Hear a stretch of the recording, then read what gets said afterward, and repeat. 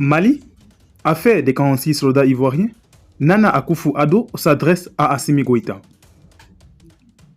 Le président Nana Akufo-Addo, président du Ghana, ancien président en exercice de la CEDEAO, ne comprend plus les raisons pour lesquelles les 46 mercenaires ivoiriens sont toujours en détention au Mali. Il a fait savoir dans une interview accordée récemment au confrère Jeune Afrique. Selon le président ghanéen, normalement, ces 46 soldats ivoiriens interpellés le 10 juillet à Bamako par les autorités maliennes auraient dû être relâchés depuis longtemps. Mais malheureusement, ceci n'est pas le cas. Nana Akufo-Addo dit ne plus comprendre les motivations de la junte militaire au pouvoir. Nous y travaillons.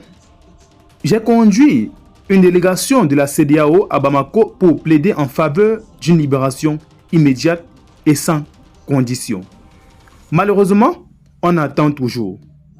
Il est tout à fait regrettable que nous ayons été confrontés à un tel problème.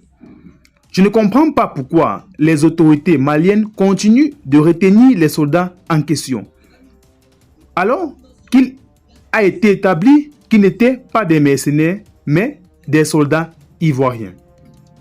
S'il y a eu des erreurs bureaucratiques dans les documents qui les ont amenés là-bas, suffisamment de temps s'est maintenant écoulé, il faut les relâcher, a-t-il déclaré.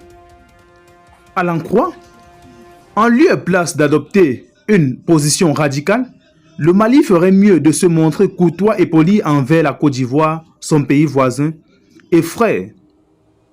Surtout que cette dernière est son principal fournisseur d'énergie et d'électricité. Qu'est-ce que la junte au pouvoir à Bamako peut bien avoir à gagner dans cette affaire? Je ne saisis pas. Pourquoi le colonel Assimi Goïta continue à retenir ces 46 soldats alors qu'il a été établi qu'ils sont en réalité des soldats ivoiriens et non des mercenaires comme le prétend Bamako? La Côte d'Ivoire est le plus important des voisins du Mali. D'ailleurs, ces derniers sont membres de la communauté économique des États de l'Afrique de l'Ouest et partagent déjà depuis plusieurs années des relations de fraternité et d'amitié.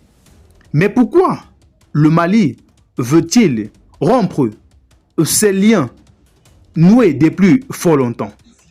Il y a environ 3 millions de Maliens qui vivent en Côte d'Ivoire. La Côte d'Ivoire est une source d'approvisionnement pour le Mali. Elle est un important fournisseur d'énergie et d'électricité. Nombre de denrées alimentaires transitent par son territoire.